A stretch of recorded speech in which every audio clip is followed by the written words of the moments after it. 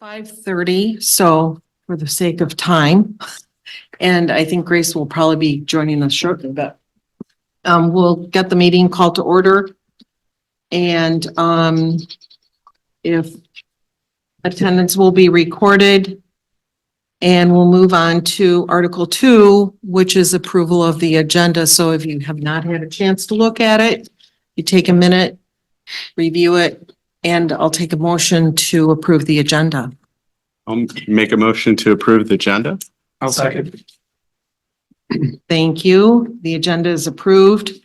Moving on to Article 3, the approval of the minutes from the January 16th meeting. If you haven't had a chance to look at those, take a few minutes, review, and I'll take a motion for the approval of those minutes. I'll make a motion to approve those. I'll second. Those minutes for January 16th are approved. We can move on to Article 4. Acknowledge visitors wishing to speak regarding any agenda or non-agenda items. Wes? Yes, thank you. Good evening, everyone. Good evening. Here to talk about Friendship Park briefly. It's been a while since we've had a chance to catch up, and Melanie's here running with the guide, kind of things, but I just want to take a moment to come in here and give you guys all a quick update, and then while you ask any questions that you might have about what's going on. So you can clearly see there's a lot of activity out there. Been making great progress given the mild winter that we had. So Hardin Warner, the landscape contractor, has been moving right along. They barely had a break, maybe a couple of weeks when we got all the snow, but they're grading and excavating and getting things ready for concrete in the spring. You can see the stone walls that are going in around different improvement areas. Visser Brothers has started up a pavilion. They've got the foundations poured and are continuing some of the foundation work. Steel is being fabricated right now, and they said that they will be tentatively putting the steel up here the week of March 4th. So steel's going to be going up potentially that week, barring any setbacks.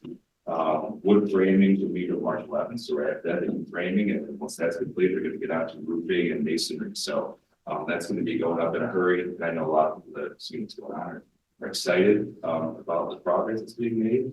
We've got a really great team out there. Hardin Warner, Visser Brothers, then the township. Everybody's communicating really well. Things are going along really splendidly.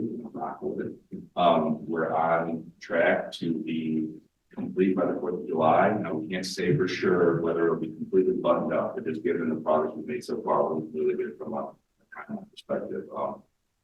Just a quick aside, I'll keep this brief, but Hardin Warner and the guys that are out there, the guys that are just working on site are taking such ownership over this project. They really like being out on site here, and they're making suggestions and things about what can be better. For example, around where one of the patio overlooks is going to be near the northeast corner of the park, overlooking the low areas in the prairie. We were going to have a natural rock wall going around the bottom of there, and they said, no, we got to keep that ledge stone going. It's just way too cool to stop in that location. And they're doing things like that at no extra cost for project, which would be a significant additional cost. So they're just, things like that. It's kind of a special thing that's going on out there, and we're really excited about it. Let's see here. Yeah, basically, and then the budget. So DDA was a major part of this project, getting to where it is and supplying the funding to make the dream a reality. So we're on track with the budget, and we've been helped in that regard by the RAP grant that we had, potential available funds. So what that's allowed us to do is when we run into a minor overage with a material cost or the way we wanted to build something, we haven't had to scale back. We've just gone to the township and said these are things that are maybe a little bit above the base budget. If we're able to use the RAP grants, we've been able to use that to close the gap and then fund additional improvements to the park. We're not looking to make crazy expansions, but certain things like the green room came in a little higher than we wanted to, or the RAP grant compares that. Additional, we had take down some additional trees during the beginning of the project, and so that's helping to do some reforestation in areas where we didn't originally plan on it, but the additional fund was possible. They're going to be relocating the instruments from Heritage Park into this park. So that's the big sculpture, and they're getting some of those instruments repowder coated. So some of those things that are kind of extras, but they're going to make the park just that much more special and complete. And we've been able to just do a lot of those types of things with the funding, and we're looking really great on this step front. So these things are going along really great, but I also want to tell you what's going on, but also just allow you guys to ask any questions you have about the project. And just in addition to that, I'm always available to be reached out to directly. If you have a specific question, we don't need to come in and meet. I mean, because you guys really helped make this happen. So if anybody's got any one-off questions, a community member asks you something and you want to know the answer to, just you can always feel free to reach out to me or Mel. Contact me if you doesn't have that answer. Right. So, if anyone has any burning questions about the park. Sounds really great. The additional rendering you did was really helpful too. I think. Yeah. We got good feedback on that. Thank you. Really helps people visualize it versus people have a hard time interpreting plans if that's not something they do on a daily basis or part of their professional life. We got that on a lot of people started. Great. Any other questions? Thanks for coming in. Thank you. Thanks for the Yeah, thanks a update. lot. Awesome. The break. It does come up. Don't hesitate to reach out. Thank you. Thanks. Thanks. Jessica, is there no? Okay. We can move on to Article 5, which is OHM Professional Services Contract. And are they joining us remotely? They're supposed to be.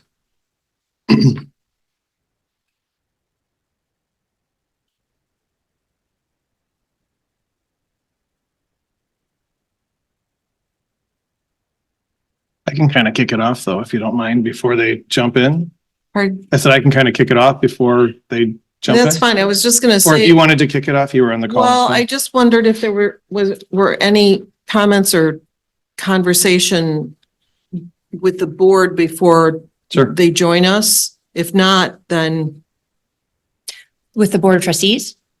Or with this DDA? just in conversation with us Oh, before got it. Sorry. they get on.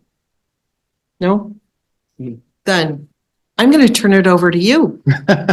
Okay. You should have all received an email last week from me in regards, and it should have the new proposed scope, which when you look at it, there wasn't a lot of change from what we originally talked about. But I wanted to go over some of the highlights of the meeting that myself, Michelle and Grace had with OHM. We did we got a little more broad in regards to the area plan, that first paragraph where we really called out the entire DDA, not just that one particular section, emphasis on the village.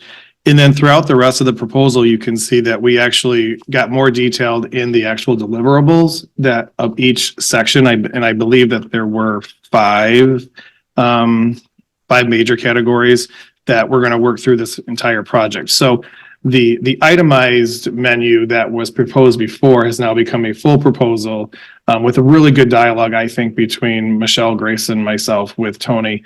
And we actually asked Tony to be on the call today. I just think, again, I can't say enough how I think this is so important to the development of that village area and that concepts we really can hit the ground running with developers, what we're going to do with the township, what we're going to do with the DDA to really kind of set that focus for what we all visualize for that area. So I guess at this point, I'll open it up if Tony's on the call for any further comments. Yeah, can you guys hear me? Yep. Yes. Awesome. So my name is Tony Slanik. I'm a principal here at OHM. The way you guys need to be thinking about this is a tool. This is a tool to convey information to prospective developers, public-private partnership opportunities. I think that it will convey information to get potential grant funding for different components of what I think is going to come out of the plan. I think that it starts to rally the community around an idea and a vision for what the village wants to be in the future. And I think it helps investors understand sort of where you are going to be investing money from an infrastructure standpoint, and then how they can leverage those investments on the private sector in partnership with the city to, create a better tomorrow and, create a village that I think everyone on, the DDA, when they close their eyes and kind of look in the future, see. And I think that's what, this process does. I know the first, iteration of this proposal, you saw a series of tasks. We got away from that format because a lot of the tasks sort of like overlap and intertwine with one another. I encourage you specifically at the beginning, the first paragraph in terms of this is a journey. And that journey has a lot of twists and turns, but the end in mind is a plan and a tool by which we can make decisions from. And I think that, that's another really important point of any plan is it's a decision-making tool. So while it's conveying intent and while it's conveying information related to potential investors and investments, it also helps you guys make decisions about what's important and what's not important moving forward. So the process that we go through here and, related to the village concepts, I think, will help everybody make informed decisions moving forward. So with that, I can kind of turn it back to Jade. Yeah, I can just expand on something else that Tony said too. There's a couple of things happening in the township right now. I think they're all kind of intertwined along with this concept plan. Is the township is getting ready to wrap up the master plan process, which has been in place for, Grace, you'll have to correct me, over a year, or Danielle, almost a year, the master plan process. Okay. Less than that, but the strategic plan. The strategic plan, which led in, so the strategic plan led into the master plan, which is going to lead into the zoning amendments that will come before the township board.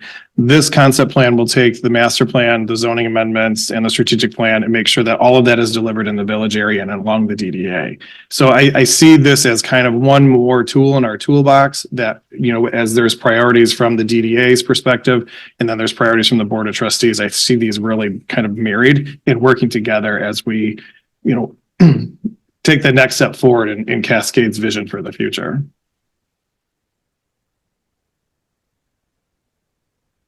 Tony was the one who was originally met with you a few months back. He actually was boots on the ground and walked through the DDA, correct? He was, yes. Awesome. Yes. And it wasn't a short visit.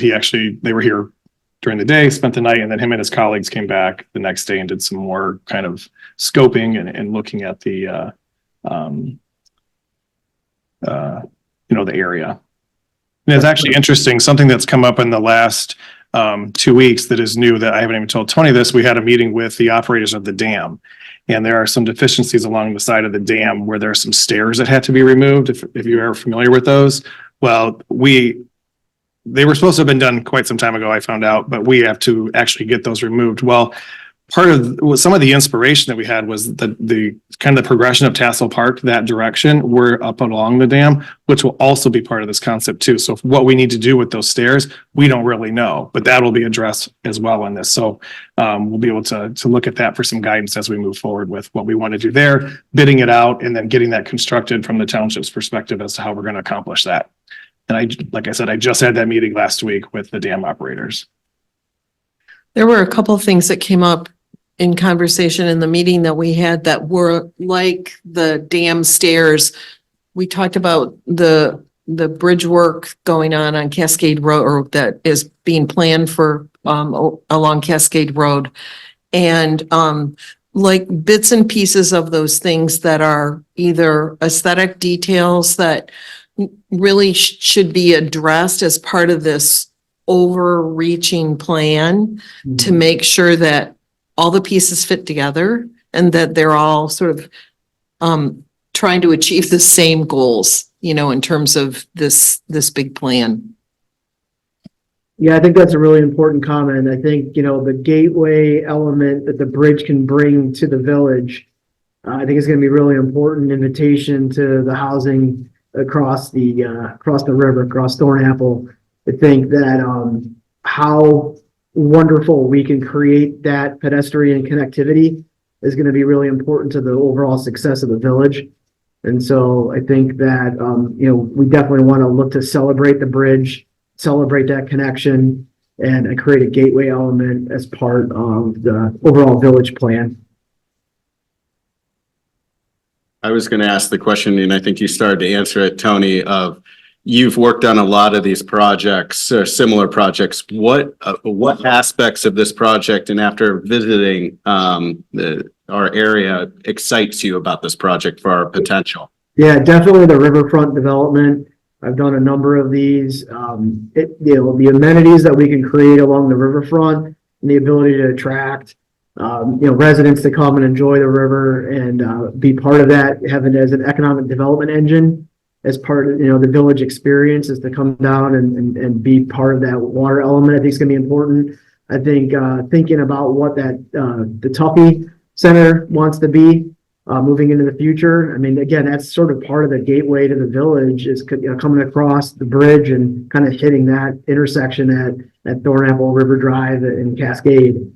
The other thing that I'm looking forward to is the potential public-private partnership with the strip center right at the terminus of 28th Street. I think that, it's gonna be hard for them to understand kind of what we're looking to do. And, obviously they're making money. They got existing leases and it's a lot of commitments.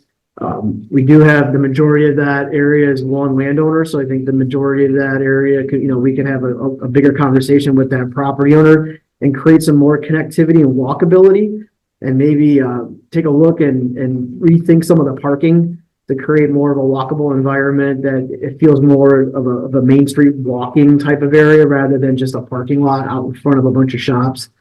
I think that just the streetscape of Cascade, really looking at how we can potentially, slow down the traffic, look at some of the access management issues that might be along the corridor. Obviously from a, beautification streetscape type standpoint, I think there's some things that we can do to really bolster the aesthetics and the look of the village.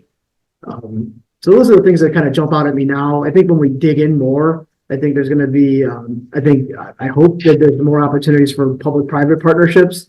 And so when we get into, talking to some of the stakeholders and property owners and looking at what they're trying to do from, their investment standpoint, maybe there's some opportunities to join hands and create a better solution and definitely a better village in the future. But, just off the cuff, I think the riverfront gets me excited. And that includes the dam. So when we went over to the dam, and I'm just going to keep talking until someone stops me. When we went over to the dam, that whole area there to me was exciting because there's just that's an unusual element. It's usual for you guys, but from all the work that I've done, that doesn't usually exist. And, there's something about that area that I think can get really enhanced. Right now, there's sort of like a parking lot and you kind of dip down and there's the set of steps and there's some fencing and some safety elements there, but I think that, man, that's like an awesome, like contemplative sort of like, reflection area when that water is coming out, you kind of hear that white noise coming over the dam. I think that there's something there that could be really exciting. I think looking at the park a little bit differently and kind of create more of an active space. I think there's a lot of passive space there right now. And so can we create some opportunities to do a little bit more programming and a little bit more community building right there? Is there an opportunity to rethink Thornapple Drive and do something there that sort of enhances the park and creates, more usable park space? I think there's lots of different things that we can do. So, I'm looking forward to digging in with my team. You're going to, if we move this thing forward, you're going to see a lot of me and work a lot with me. And I'm excited about that. I dig in on these projects. They're my projects. And so, you're not going to get like the second and third guy behind me that's going to be running the ship. It's me. So I've been doing this for 25 years. I can point to a lot of different stuff that I've done. And so, it's every project's different. That's why even before, we even gave a proposal, I was like, Jade, I got to come and see it. It's an incredible area. There's a lot of opportunity there. And so again, I'm looking forward to digging in with you guys. And one last thing is my cup is empty, meaning that I'm looking for you to fill it up and for Jade and for the team to help me best understand kind of where we are. From a community standpoint, we've read the strategic plan and, I understand kind of where the community is coming from. We don't have to revisit any of that stuff. You did it already. And so this is about the village. This is about where the opportunities lie to really create and affect change that promotes the village, promotes Cascade, and creates an environment for investment for restaurants and for the things that we're looking to create within the village that gets the township and the residents of the township excited about being there. Jade, at our last meeting, you had talked about forming a team of representatives. Is that still in the plan? Oh, 100%. Okay. I think there's multiple areas to look at to build that team. One's going to be this body here, the Board of Trustees, clearly some staff. I was going to introduce her later, but to my right is our new Community Planning and Development Director, Andrea Hendricks. She's going to play a role in that. Danielle from McKenna, they're going to play a role in that. So we're going to have not just internal figures looking at this, but external as well, that no planning, no urban design, that type of thing that can give feedback. At the end of the day, it's going to come down to what the board and the trustees want, but building that final product is what this team will be comprised of, and who that is from these boards, we'll have to go through a process to create that. But yes, absolutely. And so does that vision then look like that OHM will work with this select group, and then that select group will then either report back to DDA and the other boards, and or that representative from the DDA would bring back that information to the board? Yeah, I think it would depend on how complex we want to make that committee or that subcommittee.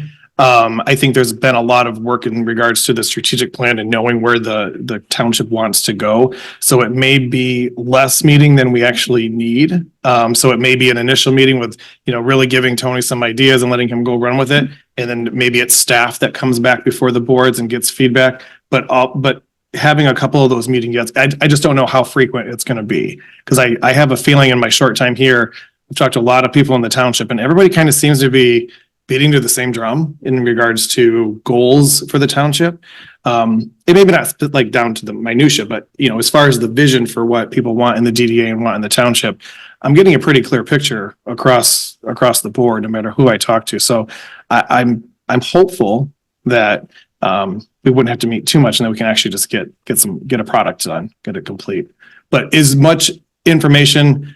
It doesn't have to be, we wait for this meeting every month either to give an update. It could be constant 2-week updates. Tony, you and I worked in the past where you kind of have some kickoff meetings, and then you schedule reoccurring meetings every 2 weeks or every 3 weeks. And then as the project progresses, those change in frequency. They could then go down to 4 weeks, 5 weeks, 6 weeks, that type of thing. So I think we're moldable because we want to make it work and we want to do it right. It seems like there might be some milestones in the project that will be appropriate times maybe to, have that connection with all of the people, and then going, as you said, going back to the groups and reporting out, based on the work that's been done and, those sort of critical points. Right. There sure are. Can I just walk through those real quick? Because I think it's important. So, we're going to do our existing conditions inventory and assessment. We're going to get a lot of data. Right? And we're going to synthesize that data into basically a story about kind of where we are, right? So it's going to be existing conditions analysis. We're going to have, base mapping. There's going to be some composite plans about land use and about, where we see things potentially heading, which really supports the conversation, which will be in person, the committee, myself and my team to develop the program.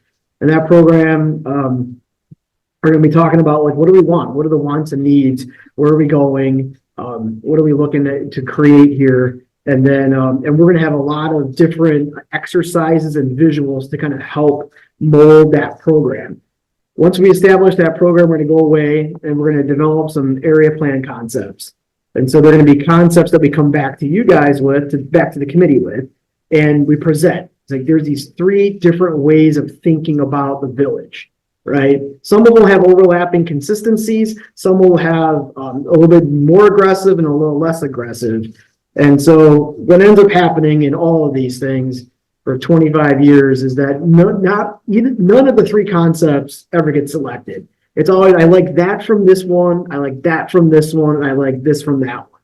And we kind of mold those things together, and that becomes the preferred alternative, right? That's sort of like we've gone through the process, we've met with the stakeholders, we've met with the property owners, we have the program, and we're really starting to fine tune what the vision is going to look like from a two-dimensional standpoint. The land use, parking, park space and green space, streetscape elements, all the things.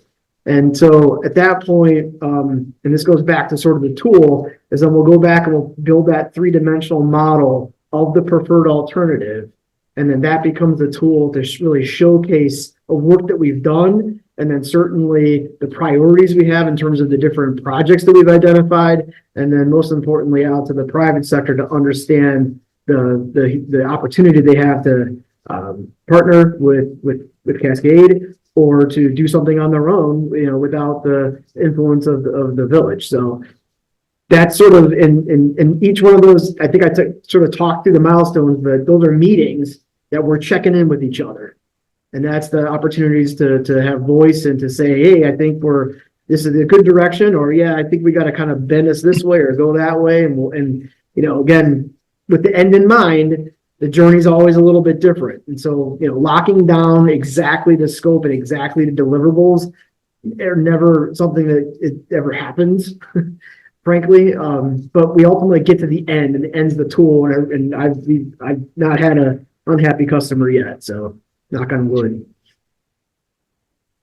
Hey, Tony, just briefly, and this may be premature, do you foresee any obstacles in your first site visit that would get in the way of what our vision is? Just, before you really dig into things. Honestly, the biggest obstacle, and this is across, lots of years of doing this, it's political will. That's always the biggest obstacle.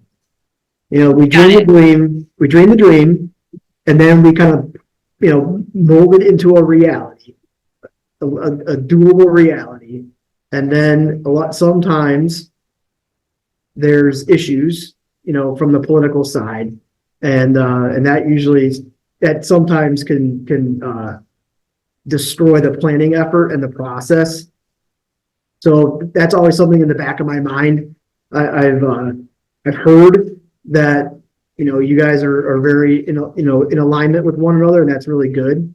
And I think that we as we take this journey together, we just got to build that trust and build those relationships even more to get through this process, to come out with something that everyone's excited about.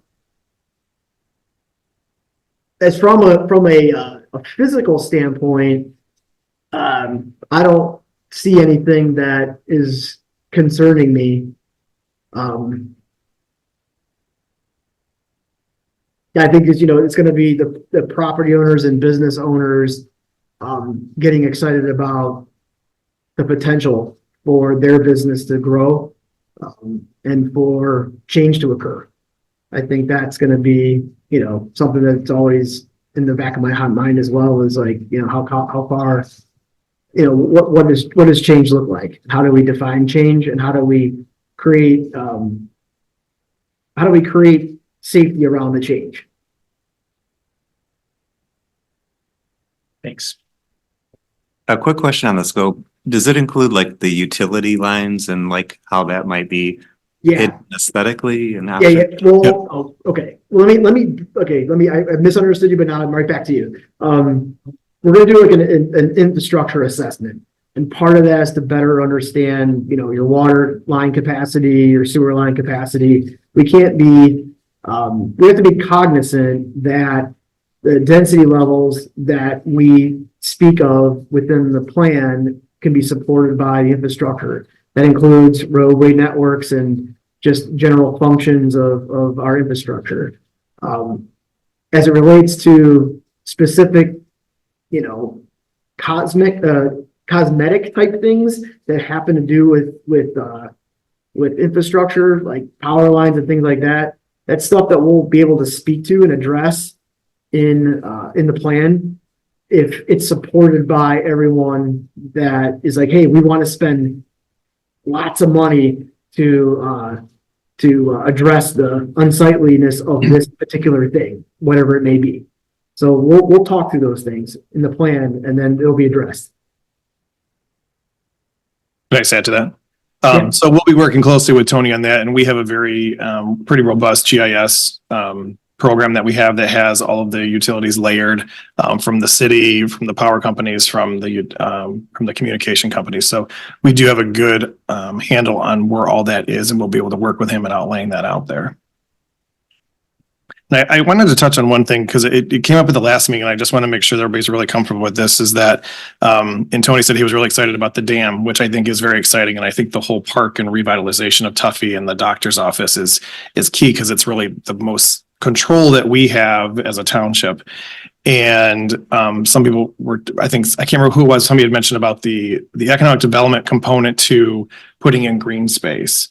And I think one of the things that we need to keep in mind is placemaking. And if anyone's familiar with that terminology, you really create a place which then drives multiple facets within the area and then in the village. So as we create this space for people to gather, or these improvements that we put on public land, it's going to drive more businesses to want to open up there because you're going to naturally increase the traffic in that area. And then you're naturally going to be putting people in those businesses to actually spend money and support them economically.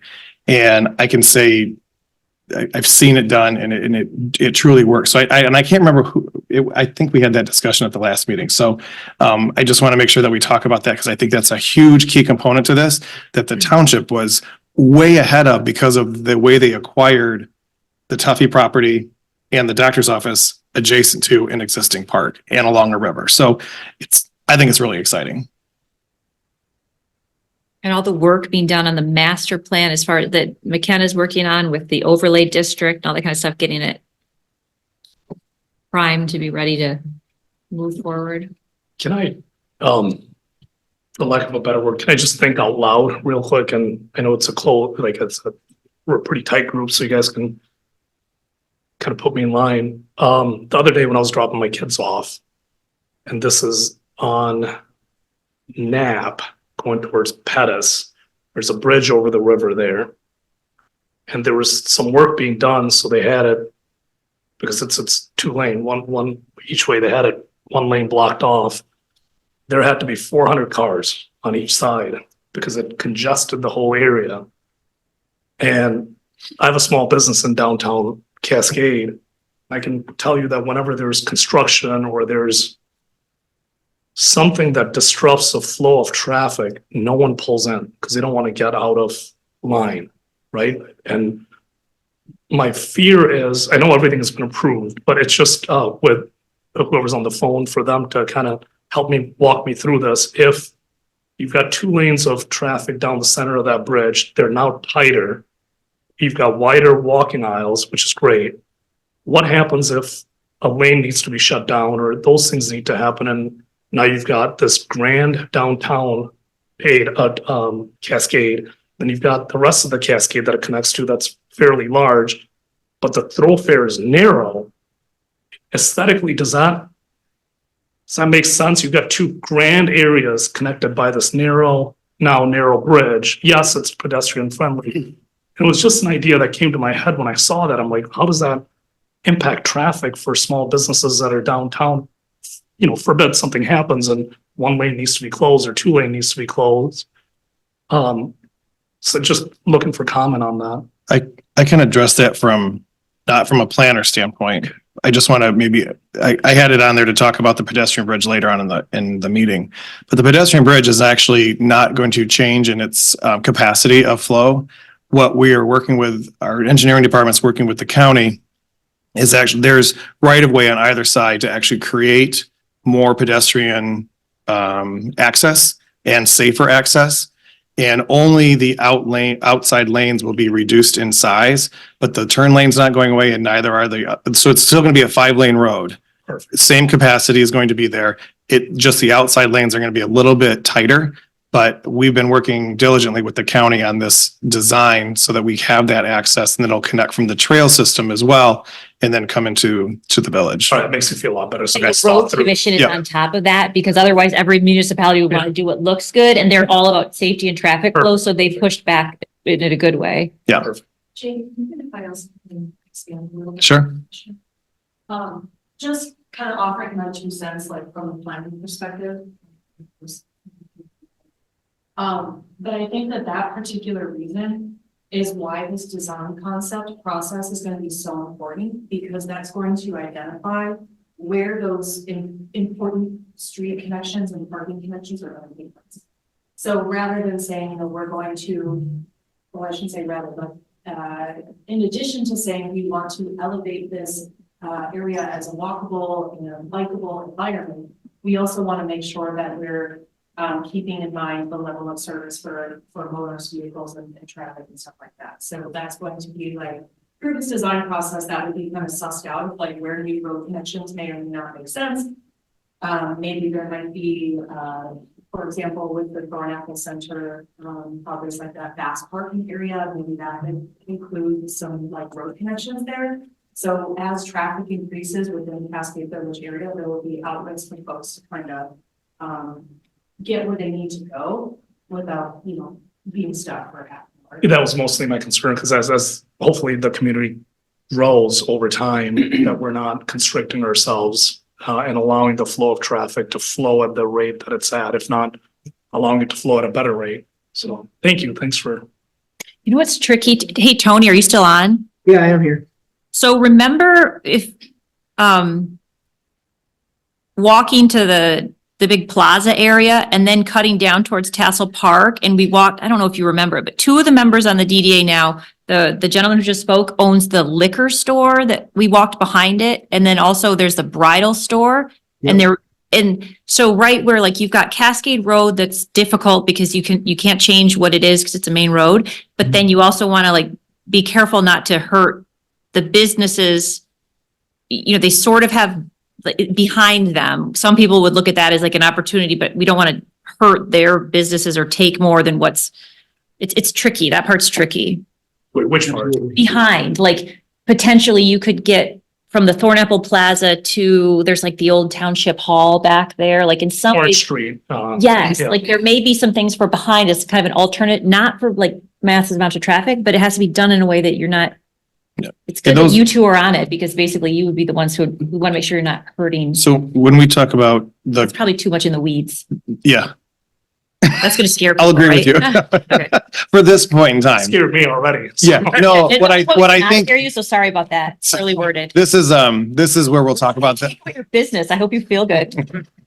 Sorry. When we have put that subcommittee together of the group that brings forward concerns and then looks at 3 of the concepts that Tony will bring forward, that's the part where we'll start to look at it, and nothing is ever official It'll be until. totally vetted Oh, before. 100%. Yep. Yeah, I mean, I'm not in business to hurt other people's business. So we're gonna do the best that we can to create a very functional village that works for everybody. You know, if nothing changes and if everything changes, so, you know, I'm very cognizant of that, and it's like, you know, you wouldn't be in my industry very long if that's what you were doing. Perfect. Thanks. Thank you so much for addressing those. So what's the next step? If you guys are happy with the scope, happy with Tony's presentation, I think what's on the table is hopefully a motion to approve. But that has to be called by the chair, but I mean, looking to move it forward so we can actually get the project started. Are there any other questions or for Tony or Jade? No? Then I think we can ask for a motion to approve the contract with OHM. What is the total dollar amount that we're just approving? 130, I think. It's 130. It's the same, that The same has as we not were before. changed. Okay, Yeah. I just want to make sure. I was scrolling real quick and I didn't. Yeah. I missed the No, dollar it's the amount. same Great. dollar amount. I'll make a motion to approve as written. I'll second. All in favor? Aye. Aye. All opposed? Any opposed? Motion is passed. Great. Thank you, Tony. Tony? Thanks, everybody. I appreciate it. We'll do our best for sure. And you guys will be happy at the end of this thing. Trust me. Thank you. Article 6 is the facade grant program, and I assume that Danielle's going to talk to us about that.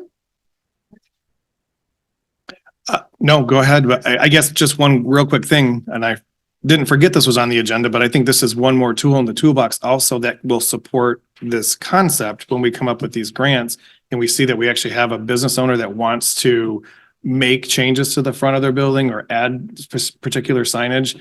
This kind of goes hand in hand with what the long-term, everything's moving together at the same time, which is kind of unique. I've not seen that in other communities, so it's really nice. So whatever design aesthetic is chosen, the grant would need to follow that. I mean, I think these are going to be pretty interwoven, correct? Because what OHM is coming up with from a sort of design perspective, then this facade program will fit right into it to make sure that everything. And our zoning, because once we create the zoning over the village area. Yeah. I see, well, actually, we've already had some conversations with people that are in the transition area too, but it'll be specific for that area that'll go back and actually work with our zoning as well. So with that said, Jade, Yes. what is, before Danielle talks about the grant program, what is the first step in that? Is it, we need to get the zoning taken care of first? I mean. No, well, the master plan will need to be approved first. And then as that is approved, and I think we're working on that, trying to work on that as simultaneously as possible, the zoning amendment will come next. That actually defines, I mean, that's the nuts and bolts. That's the black and white. And then from there, based off of that zoning, then we can go ahead and create this facade improvement program saying, yep, in the zoning, it calls for this type of signage. Anybody else in the district that wants to do that signage then could qualify to apply for one of these grants. So this would probably come third, right? Yeah. Okay. And if this kind of helps to give a little bit of context, like when we talk about like these zoning changes, what we have kind of talked about is sort of shifting from your conventional B1 zoning that is more land use centric to more of a form-based code. And what a form-based code is basically like this umbrella term that's used to, it's a zoning mechanism to essentially regulate the form and function of a building or of a site rather than what it's used for. So there's more of an emphasis placed on aesthetics, building, site design, circulation, building types and things like that.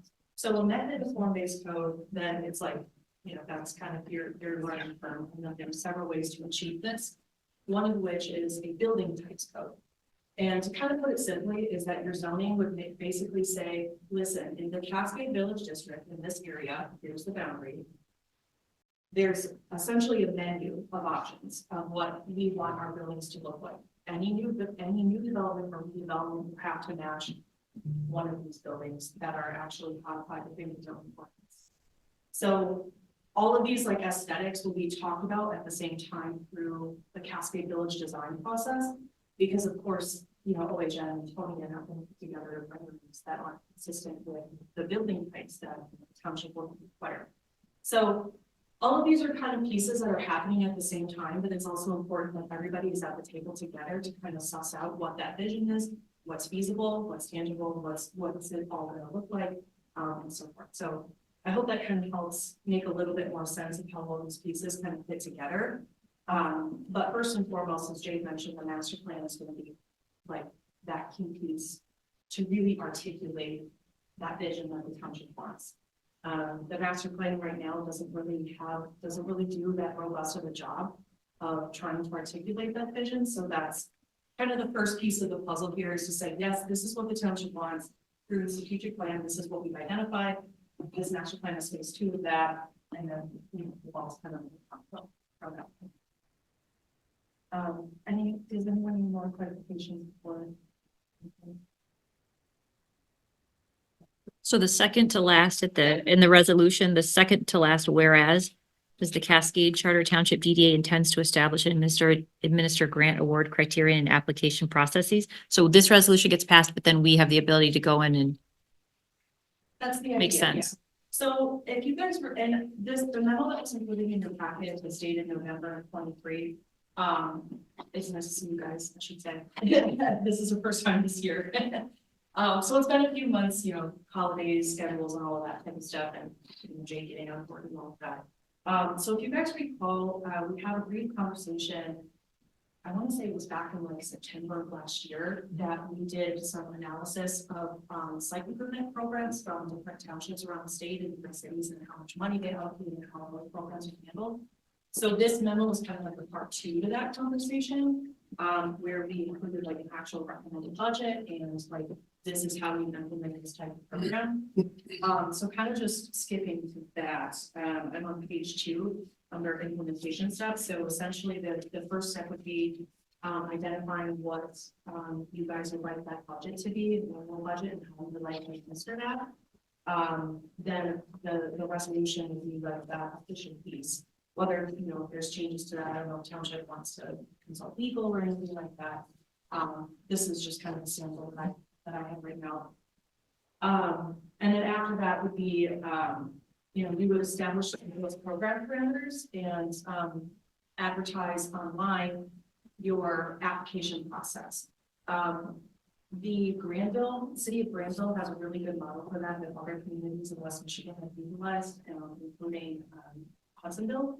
So that was kind of where I, through the research that I've done to kind of pick out which ones are, like which site improvement programs are most utilized and seem to be really user friendly and people kind of understand this really well. So I would recommend looking into that if you want to do some work on the side. But essentially that's how it would operate, and it would be the DDA sets X amount per year.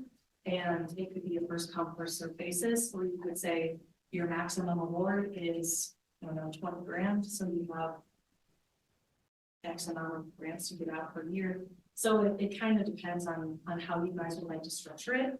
I did note that through my analysis of other communities across the state and how much they allocate, and knowing kind of your tax income financing plan and your goals of the DDA and so forth. I did recommend $150,000 per year for this type of program. Again, it doesn't have to be that, but that is kind of the number that I landed on for the analysis. I don't know if staff has a different recommendation based on you know, being more closer to the numbers than I am. But that was a number that I thought to be appropriate, that you know, allows folks to get their new signage and kind of that carrot in the stick process that we were talking about in the past.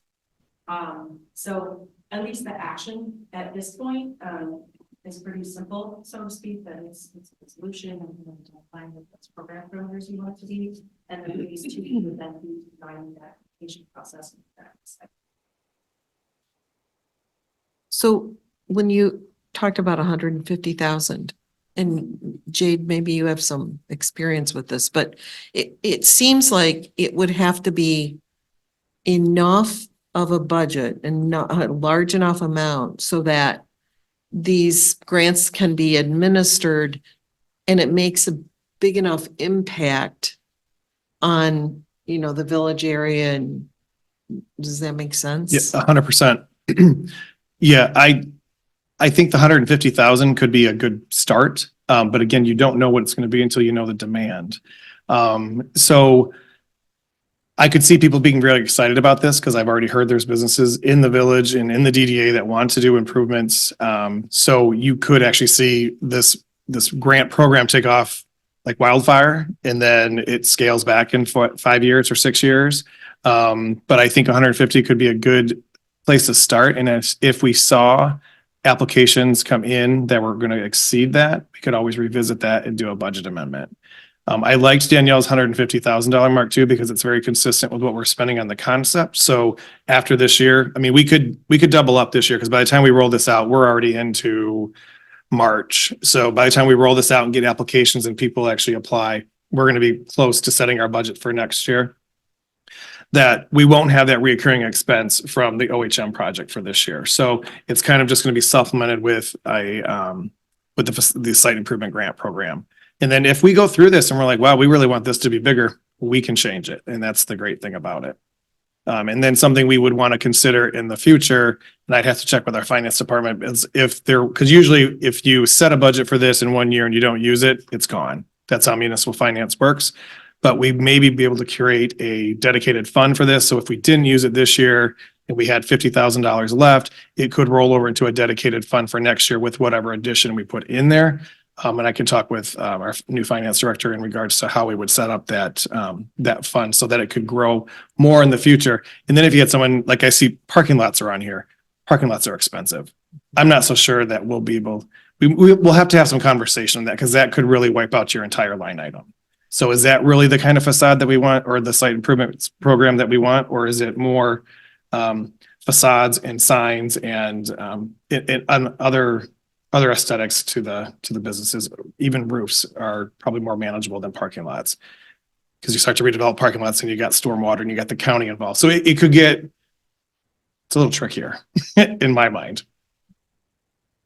But the goal isn't to fund the entire project. It's just the grant is to supplement the Right. cost of. Oh, no, yeah, To no, entice the business owner to correct. a little catalyst to, hey, let's get some improvements. And I think that's to Danielle's point, we pass the resolution, we start to work on what that plan looks like. And in there, we build in those parameters. It's X percentage of this, it's X percentage of that. And it depends on what it is that they're looking to make the improvement on. Makes sense. Yeah. But the success of it's really what we outline as what the requirements are. Mhm. We go after crazy designs and materials needed. You've already sealed the deal that no one's going to want to do it because Right. it's cost prohibitive. So it's got to be something that looks good, works, because not everyone's going to do it. So it still has to work with the existing infrastructure. And it's economical for people to work with us because we want this fund to, hopefully we can do more than 3 a year for it to really Right. be cohesive.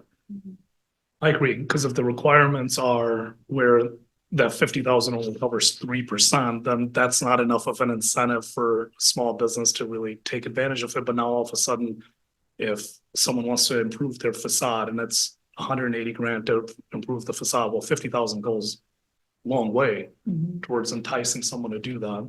So I think it makes sense. Was it Mike Campbell? Was that McKenna's architect? This was quite a while ago, but a year or two ago. He came in, I think, and was talking, like, there's certain design elements that I don't know about, and it's not my area, but like where you can have different styles or different types, but there's like classic design elements that basically would still allow you to have like not cookie cutters, like it looks like a mall. We're not going for like a nice outdoor mall, but like still individual like buildings, but then like can't remember, but he had it like, it's all kind of like part of a scale or signage placement, some lighting, different things that like really enhance the, I can't exactly remember the term he used. it was really good. That's all I remember. I think part of that design concept included like liner buildings, I think was the term he used. Where essentially they're not that expensive for somebody to like construct. And the way that there's like ways that you can orient the building and things like that, and ground floor versus upper floor type of ratio and all of that can help save money from like the front end side of things, but like the longevity is like worthwhile. I cannot remember the term. There's that real modern building in between the bridal shop and the park on the corner. And we had one architectural review committee meeting, I think it was over the summer to kick it off. And we were talking about like, so that's a very modern kind of, it doesn't stand out in a bad way, but like, but it still looks good. And then the one architect who's on the committee, who's also on the planning commission, was talking about, well, that's because of the setbacks and the, kind of like things that can apply to different styles. I wish I knew. Basically, can you guys figure that out so that Yep. I just don't know how to say it. You can have a modern building and we don't want to look like a super nice mall and Yeah, and part of that zoning process, like part of that update. And, Tony touched on this as well, is analysis of your existing built environment. And we can design a building types code that not only incorporates the type of development or redevelopment the township wants, but also it could be, end up being more of a hybrid approach where we incorporate like elements of, so those modern buildings aren't a sore thumb in the village area, that we can kind of incorporate style. I don't think that one is. It looks really nice. I'm just Yeah. trying to say like, Mhm. Yeah, but I'm saying like, if something new and massive or something were to be built that's like not in character. like Tommy's Car Wash. Yeah, that you guys want to go in. It's, so that way the building types code would help to articulate that. And any developer that comes in that wants to build something, here's your styles, we won't accept anything else. And if you're a big chain like a Dunkin' Donuts or something else and you want to get in a certain area, you can afford to make those improvements. Yeah. Yes. And you guys probably have all went on vacations where you're like, why does this McDonald's actually look cool? Why does it look here? And some of that is the facade articulation, the placement of the lighting, just having a horizontal expression line required at a certain height. Those are little things that you don't maybe realize are important, but are elements that if everybody integrates them into their site design, then you start to build consistent character in that downtown. We can do that. Yeah, it really depends on that specific location. Okay. So, so that example that you cited of that building, In a positive manner. it is, no, it's kind of a sort of a mid-century, and they've like expressed it even more mid-century by when they painted it and did some things to it. So, but, we talk about a new building going in or somebody remodeling an existing building, and it really does depend on what's on either side of it, what's across the street from it. No. So if we can take all of those things into consideration and It could be part of the process, right? yeah, we talked, early on when we walked through and, looked at all the existing inventory, how can there be sort of a transitional style that's articulated in part of this planning that will help bridge all of these, because we said we have buildings that are 100 years old and we have some that are like 30 years old or even newer. And how do we make that all go together? And it can happen, right? It just needs to be thoughtful and planful and And so with this, with the new potential zoning updates, we'll be looking at the Cascade Village area as individual slices of what types of development or what does the built environment make more sense to do with this area within the village core itself, where the center is, where all of that is located. How does that differ from Old 28th Street? How does that differ from 28th Street, where you're transitioning down into the village? How does that differ from when you're coming from the other side across the pedestrian bridge? So those are all things that we're looking at, and how these different pieces work in tandem with one another.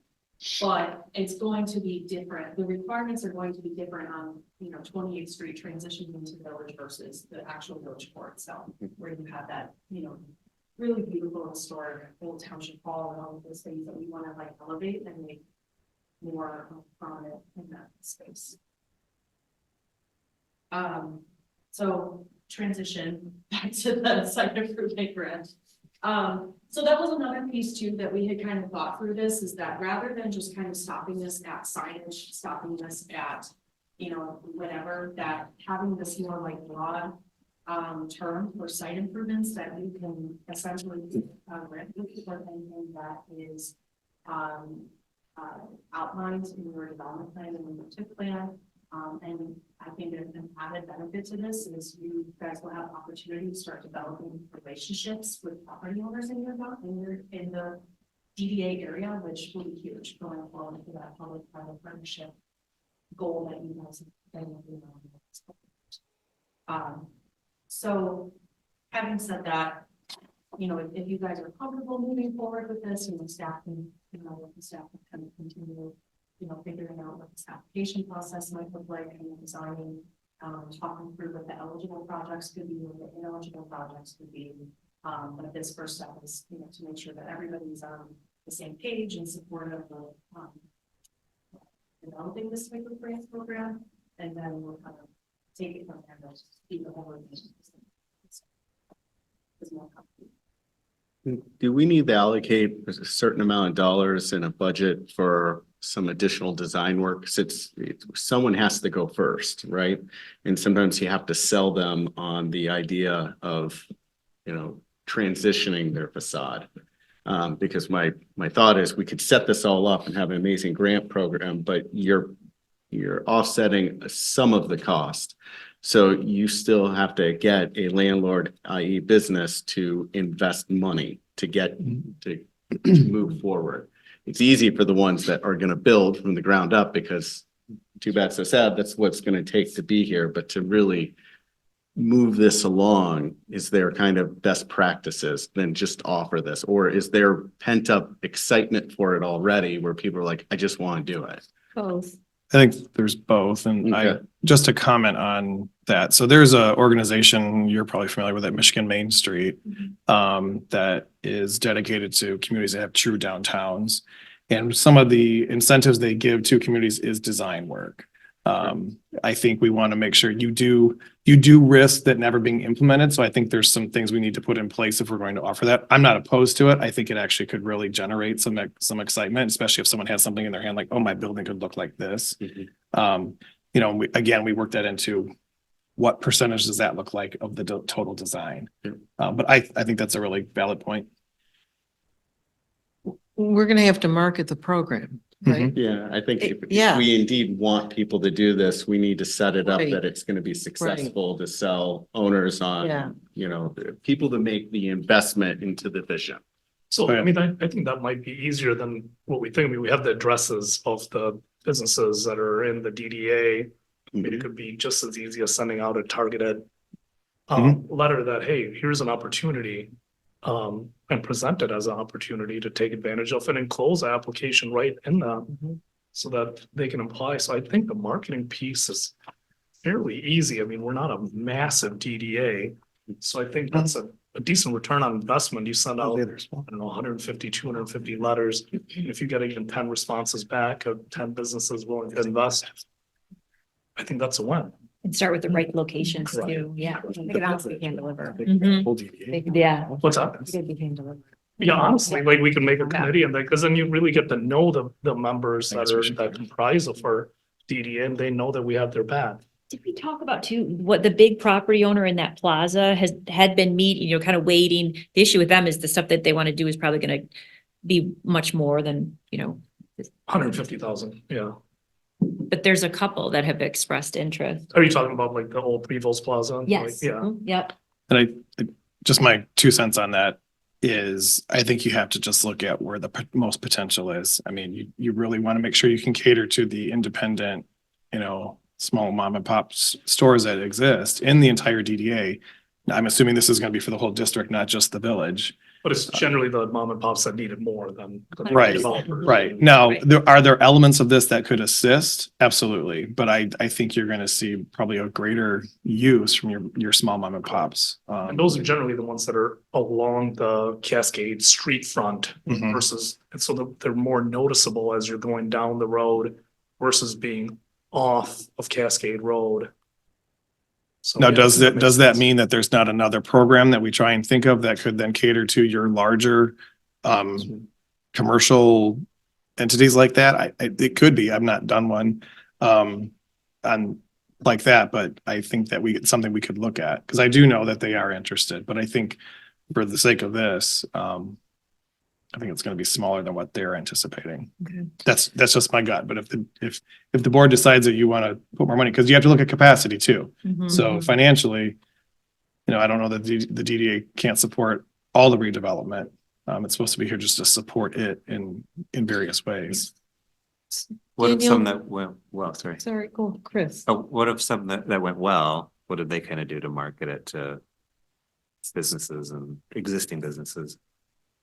Same, exactly what you said. We get a mailing list, we send it out there, you put it on your website, you take opportunities. Depends on what your staffing is like. You can knock on doors.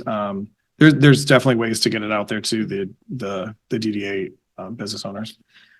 And we're small enough too that administratively, if an application came to us or if someone came in that was interested in redevelopment, we would tell them right away that there's opportunity based on their parcel for grant funding through the DDA.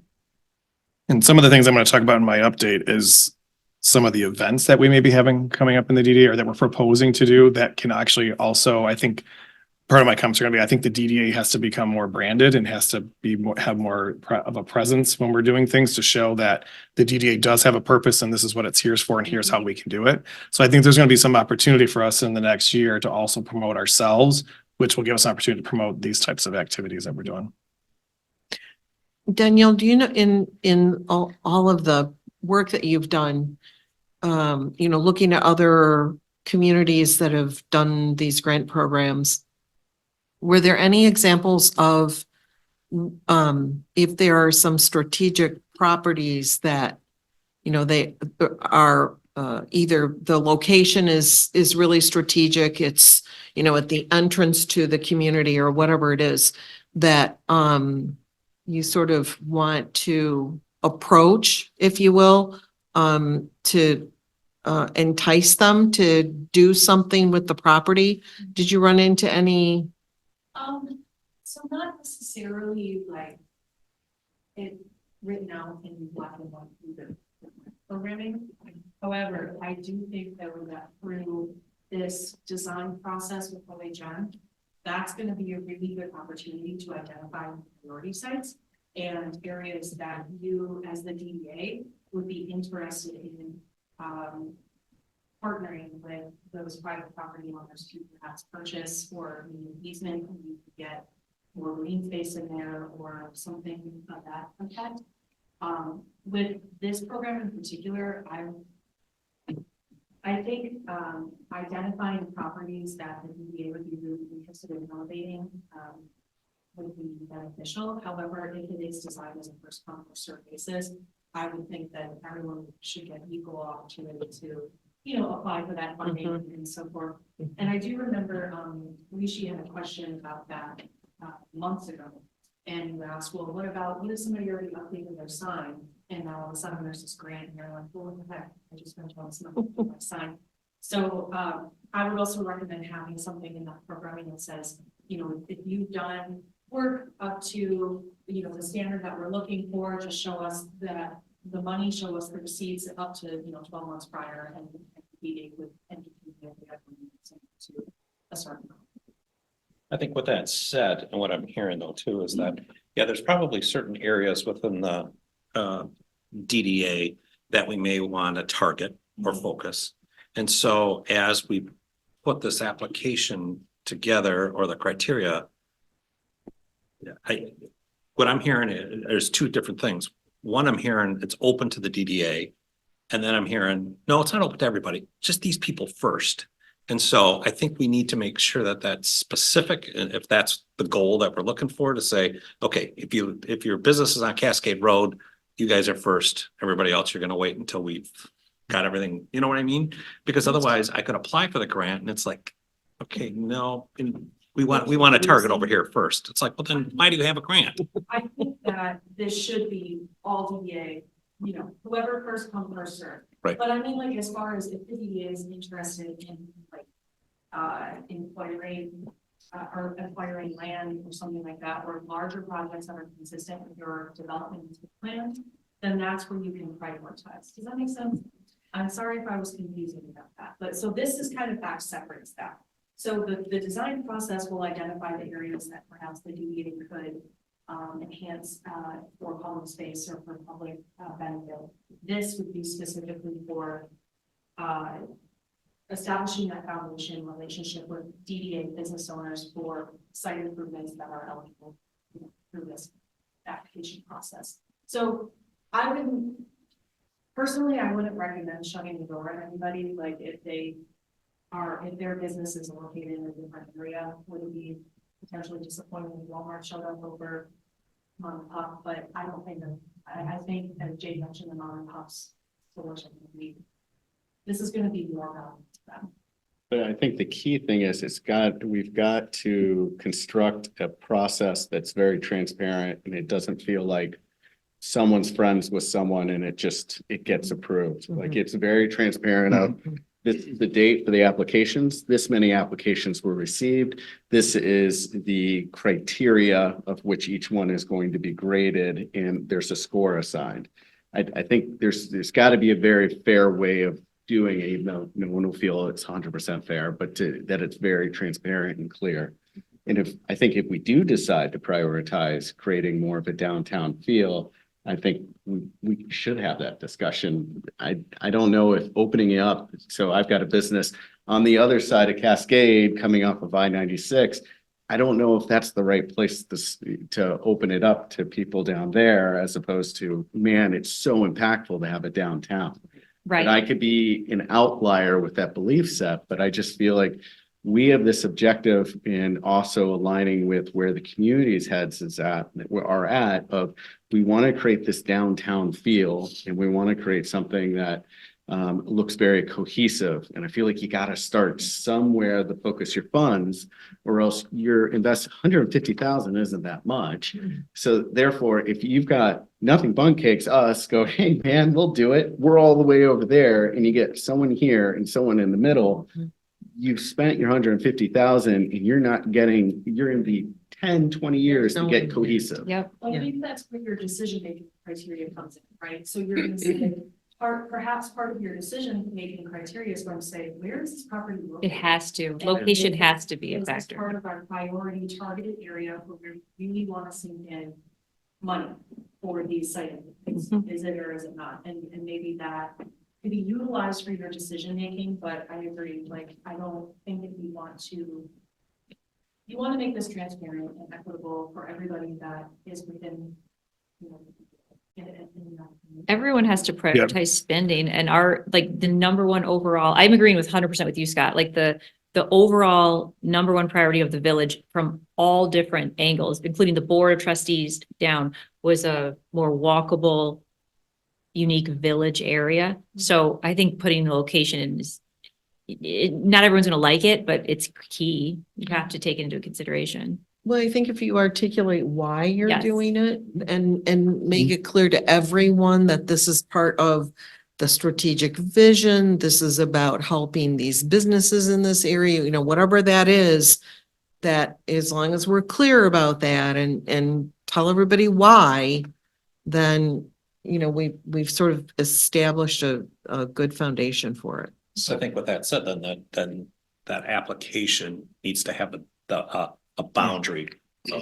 Yeah. So again, I know we want to open it up to the entire DDA, but again, to Scott's point. Or at least the why factors. even bother? I'm not even gonna bother. I think we filling it have, out. I think, It's not gonna- so everybody in the DDA pays equally the TIF. So I think we have to be very careful with how we start to talk about how we're going to disperse this. And it comes back to, I think, something that Scott said. It's all going to be about the scoring.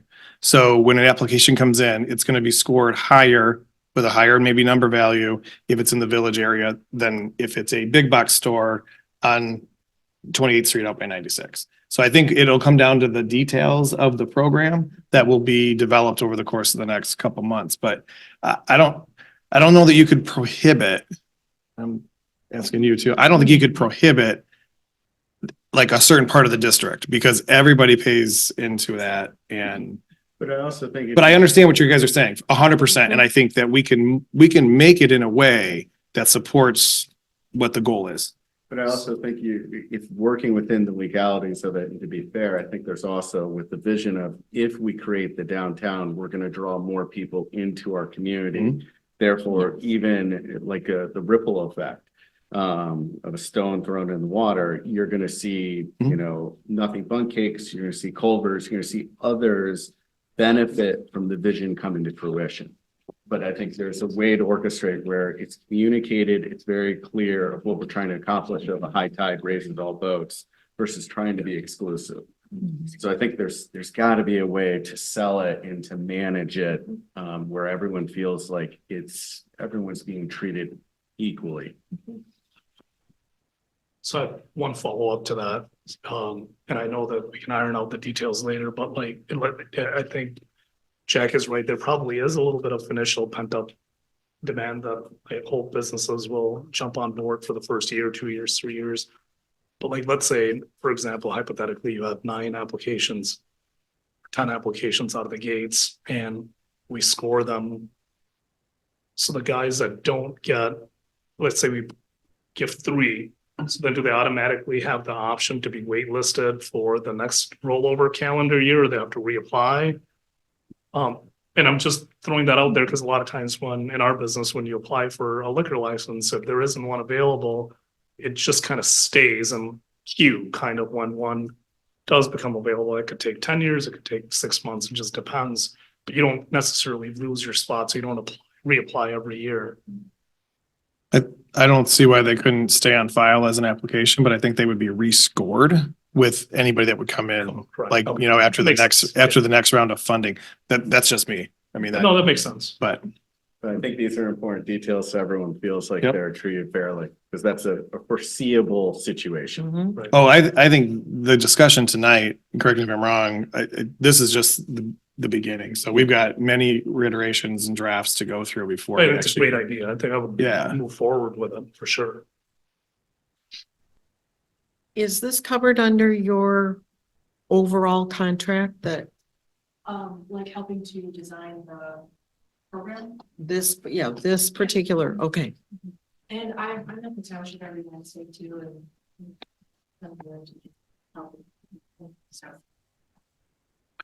There's so much stuff that's going on in the planning and development world in Cascade right now that not only do we bring Andrea on, but we're keeping Danielle in the office one day a week to also assist with, as we, you know, wrap up the master plan, then we're gonna go right into the zoning. We've got this plan we're working on, then we're gonna have the village concept plan or the whole DDA plan. So there's a lot of things going on, and there's a lot of things that we're trying to better manage than the way that previous developments were approved. If any of you are familiar with PUDs versus just traditional zoning, we've got some things we're trying to work on to kind of write the decisions moving forward. So there's a lot of administrative items. So Danielle's definitely going to be a huge part of this. So my question was really, do we need, is there a motion that needs to be brought forth here to that we're approving that you go ahead with this plan, or is this was this just informational for us? So under my existing contract, that would already be in. Okay. It's kind of broad, the way that it's written, like just assist. I don't think, if I recall, I don't think you guys need a motion to establish a grant on site improvement program last time we had talked about this. So is that, this is the draft resolution on our packet? And if you guys want to sit on that until like legal has the opportunity to go through it, that's totally fine. I just wanted to get something, you know, in front of you guys to be able to at least make a decision on if you're interested in establishing this program. And then maybe, you know, the resolution come at a subsequent meeting, but to have like a motion on the table to at least support the establishment of this program. And then we can kind of figure out the administrative things on that.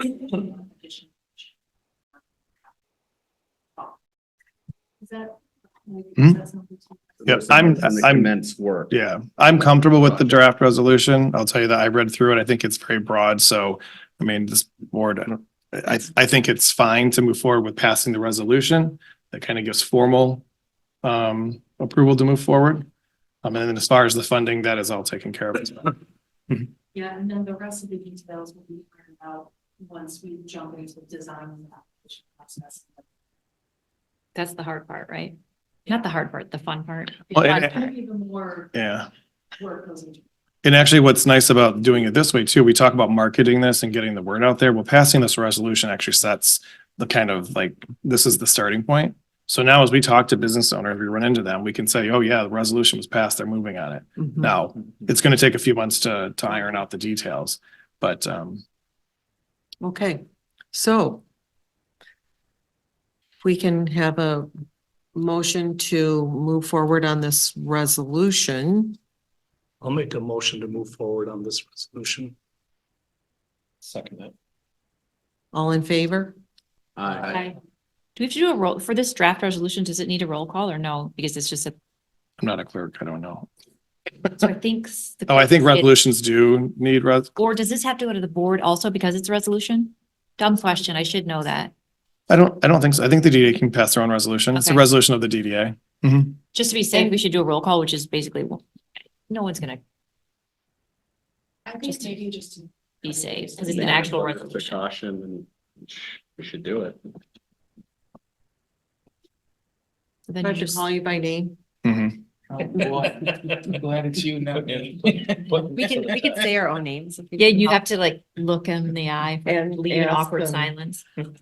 Are you committed? I can do it if you'd like. I have them in front of Member me. Vogel?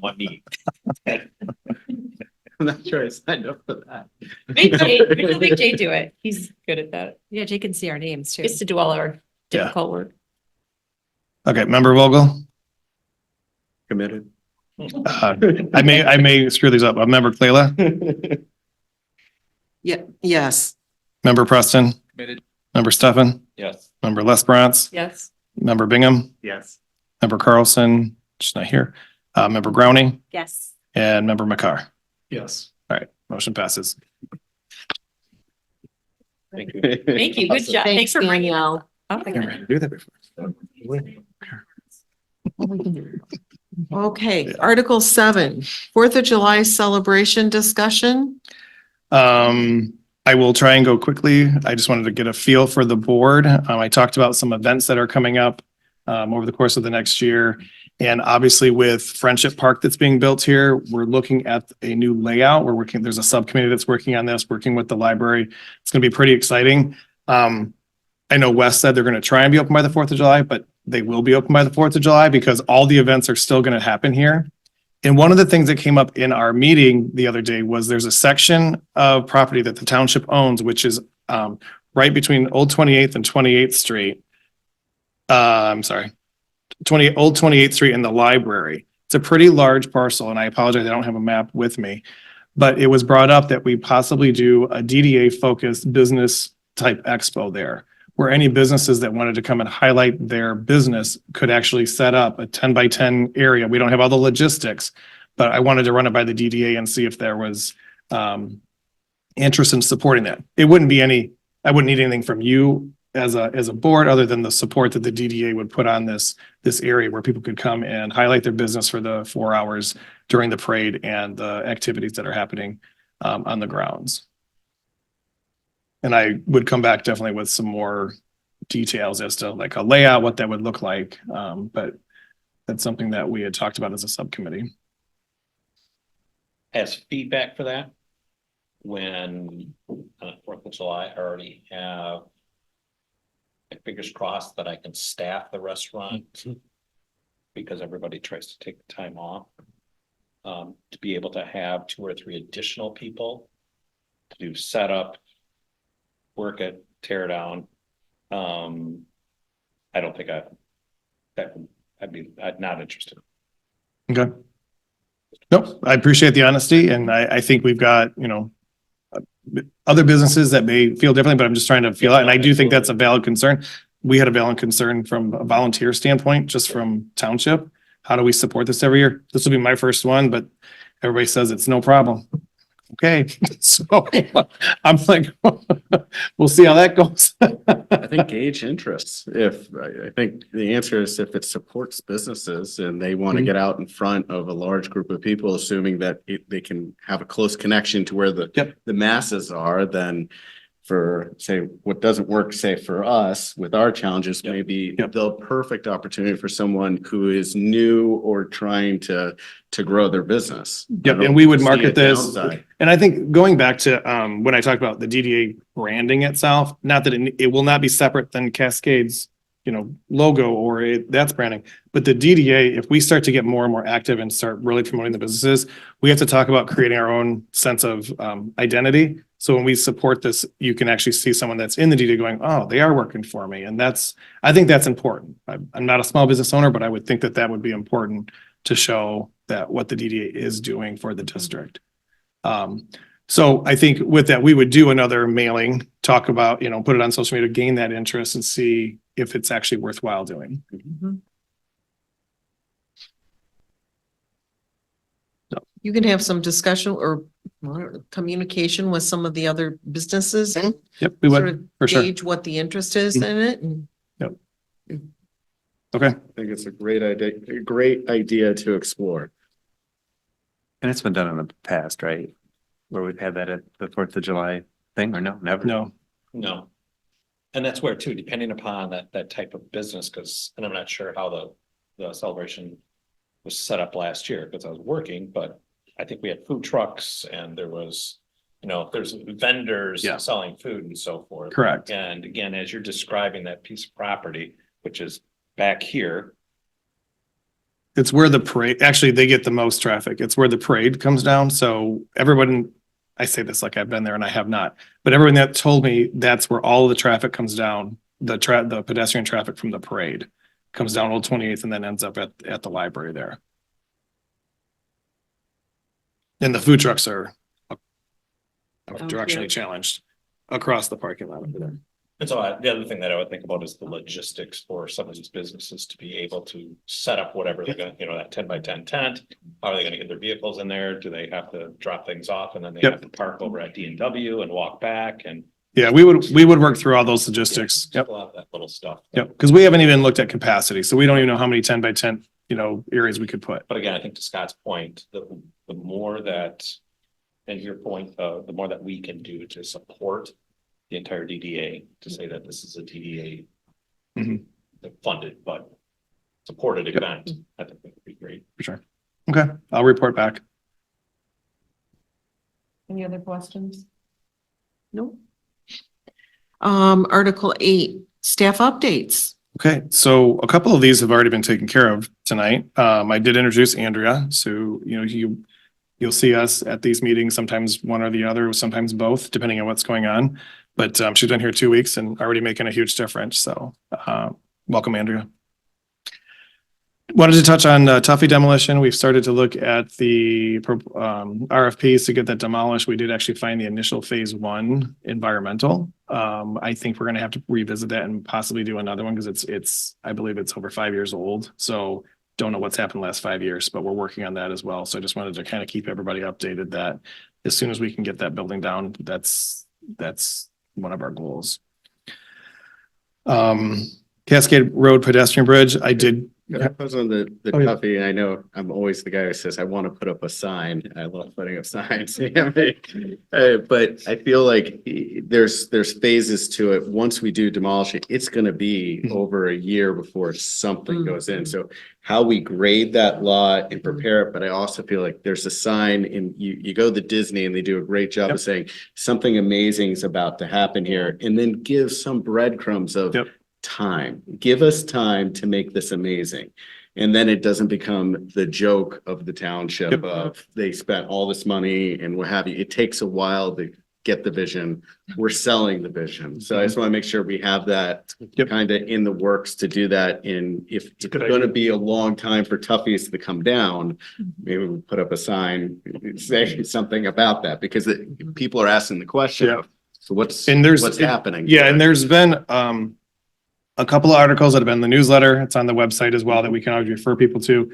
But I think one of the things that while we work through this as a better environmental process, and then when it does come down, we'll have a preliminary or draft concept from even Tony that we then can actually take and make that like coming soon type of thing. Or, Mhm. we can come up with something else, marketing, like going, gone or something like that before it comes down. We'll come up with something. But I do think it took me a while to get the sign up in front of the library. Ran into some obstacles there, but I think people understand the expectation now and we'll get that up sooner than later. Mhm. Yep.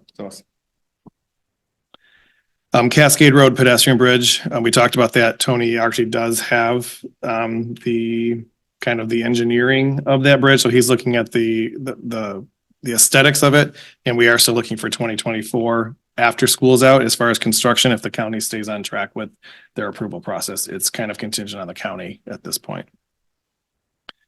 Friendship Park, you got a great update today from Wes. And then the other piece that I think is going to be a really big shot in the arm for the DDA is historically there's been the Metro Cruise warm up. Metro Cruise warm up by name rights where it was bought so you guys are all shaking your head like you know this. Well, this year they actually mean it. We can't use it. We've got to think of something, but there's a dedicated group of volunteers that still want to run an event. So they said, what if we moved it away from the Metro Cruise into something else that was car related? Worked with Cascade Crossings, and then also, we've got Heritage Days, which was done in the district in September. So what does that look like? So there's some talk about another type of event that could consolidate the two and be kind of a standalone independent Cascade Village DDA event. So I just wanted to kind of put that out there, and if anybody's interested in helping kind of steer what that may look like or volunteer, let me know. But there's absolutely nothing that's been determined. This all came up about 2 weeks ago. So Jade, you're saying that this event is not on the same weekend as the Metro Cruise? No. So it would not be on that Thursday Correct. like it has been in the past? Correct. Yes. According to what the subcommittee was meeting on. And has the official Metro Cruise asked to still do something down here on Thursday night? No, They want to abandon that altogether? and it's if just- if they want something down here, we have to pay for it because it's going to be called Metro Cruise. Yeah. So they have officially, yes, they have not asked to do They it. don't see the benefit in for themselves to have that No, continue on that Thursday night event down. no. Interesting. But we could. And when I say they, Thursday, that could be a issue. pretty big reach because I think it's one or two people that bought the naming rights that are having some feelings. Could we spell it differently? Just like continue. Well, I don't know. So CROOZ. coming from the east side of the state and being, my in-laws live in Birmingham, which is where the Metro or the Woodward Cruise goes. You don't need a name. Those car people come in the day before anyway. So we just may have some food It's the trucks and car- stuff. I don't, yeah. car gathering. yeah, I don't think, It is. yeah, I don't know that we actually have to really organize something, but maybe have some cool things available. So to say we're not going to do anything, it just maybe won't be at the level that we've done before, but we're going to have people. So I will encourage all the businesses in the DDA to make sure they're ready for the traffic because I'm sure that it comes. Let's just expand what you do. Yeah. Just spread it out. Yeah. Culver's Classic Cars. There we go. Like Culver's Classic. You got a Metro Call it Cruise the every Culver's Wednesday. Cruise. Yeah. There you go. We can close down part of 28th Street. Right on front. I'm just kidding. I think that's all my updates. Okay. Any other business?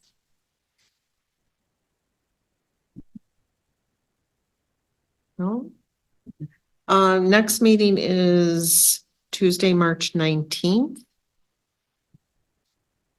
And if there's nothing else that we need to discuss, make a motion for adjournment. I'll make a motion for adjournment, that we adjourn. I'll second it. All in favor? Aye. Hi. Any opposed? We could do another roll call. Thank you. everyone.